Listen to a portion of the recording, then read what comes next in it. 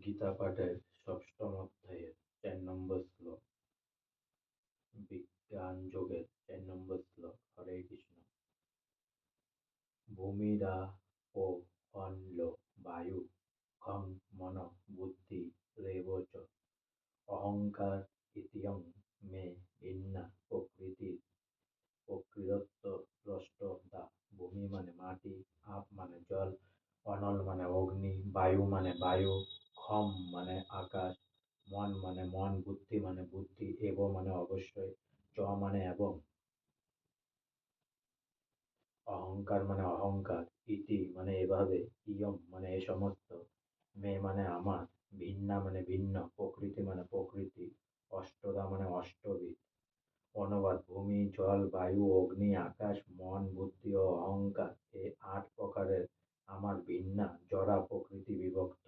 তাৎপর্য: ভগবৎ বিজ্ঞান ভগবানের স্বরূপ এবং তার বিভিন্ন শক্তির তত্ত্ব বিশ্লেষণ করে। ভৌতিক শক্তিকে প্রকৃতি বা ভগবানের বিভিন্ন পুরুষাবতারের শক্তি বলা হয়।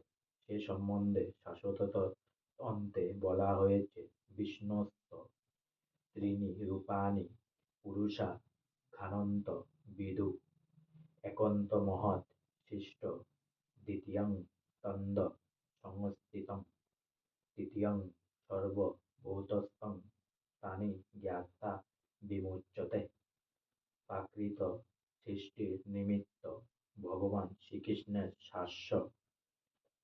শাসন 3জন বিষ্ণুরূপে প্রকট হন। প্রথম মহাবিষ্ণু মহত্তত্ত্ব নামে সম্পূর্ণ বৈদিক শক্তির সৃজন করেন।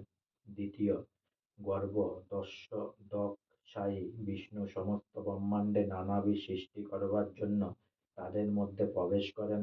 তৃতীয় ক্ষীরোদকশায়ী বিষ্ণু পরমাত্মারূপে সম্পূর্ণ বিশ্বব্রহ্মাণ্ডে পরিব্যাপ্ত হন, এমনকি তিনি পরমাণুগুলির মধ্যেও বিরাজ করেন। এই 3 বিষ্ণুত্ব সম্বন্ধে যিনি অবগত তিনি জড় বন্ধন থেকে মুক্তি লাভের যোগ্য।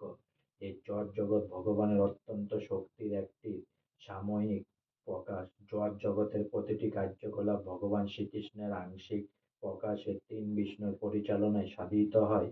তাদের বলা হয় ভগবানের পুরুষ অবতার।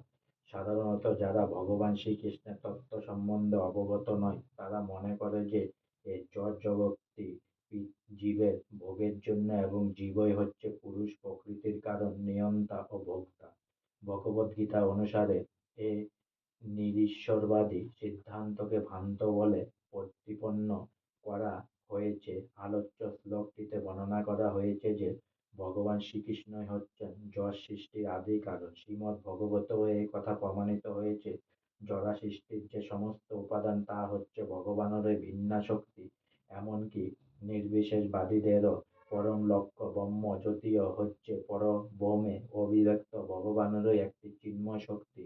বৈকুণ্ঠ লোকের মতো ব্রহ্মজ্যোতিতে চিন্ময় বৈচিত্র্য নেই এবং নির্বিশেষবাদীরা এ ব্রহ্মজ্যোতিকেই তাদের পরম লক্ষ্য বলে মনে করেন। পরমাত্মার প্রকাশক ক্ষীরোদকশায়ী বিষ্ণুর অস্থায়ী সর্বব্যাপক রূপ চিন্ময় জগতে পরমাত্মা রূপে অভিব্যক্তি নিত্য শাশ্বত নয়। সুতরাং যথার্থ পরম তত্ত্ব হচ্ছেন পরম পুরুষোত্তম ভগবান শ্রীকৃষ্ণ।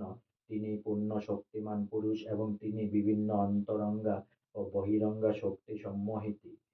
পূর্বের উল্লেখ অনুসারে জড় প্রকৃতির প্রধান 8টি রূপে অভিব্যক্ত হয়। সেগুলির মধ্যে প্রথম 5টি মাটি, জল, অগ্নি, বায়ু ও আকাশকে বলা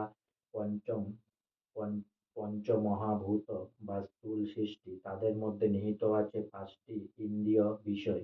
ভৌত জগতের শব্দ, স্পর্শ, রূপ, রস ও গন্ধ।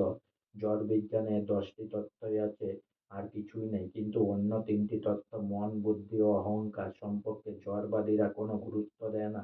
সবকিছুর পরম উৎস শ্রীকৃষ্ণকে না জানার ফলে মনোধর্মী দার্শনিকেরা কখনোই পূর্ণ জ্ঞানী হতে পারে না। আমি ও আমার এই মিথ্যা অহংকার জড় অস্তিত্বের মূল কারণ এবং এর মধ্যে বিষয় ভোগের জন্য 10টি ইন্দ্রিয়ের সমাবেশ হয়।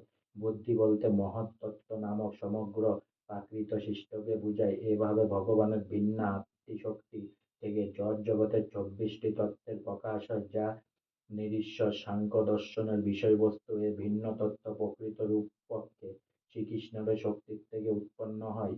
কিন্তু অল্পজ্ঞ নিরীশ্বরবাদী সাংখ্য দার্শনিকেরা শ্রীকৃষ্ণকে সর্বকারণের পরম কারণ বলে জানতে পারে না। শ্রীকৃষ্ণের বহিরঙ্গা শক্তিই সাংখ্য দর্শনের বিষয়বস্তু, যা ভগবদ্গীতাতেই বর্ণনা করা হয়েছে। আজকে আমার গীতা পাঠের ষষ্ঠম অধ্যায়ের বিজ্ঞান যোগের 4 নম্বর শ্লোক এখানেই সমাপ্ত হলো। তাই অনেক অনেক সাবস্ক্রাইব করুন, অনেক অনেক লাইক করুন, অনেক অনেক ভালো থাকুন, অনেক অনেক সুস্থ থাকুন, অনেক অনেক আনন্দে থাকুন, অনেক অনেক হেল্প করুন। আর সঙ্গে বলুন হরে কৃষ্ণ হরে কৃষ্ণ, কৃষ্ণ কৃষ্ণ হরে হরে, হরে রাম রাম রাম হরে হরে, রাধে রাধে, হরে কৃষ্ণ।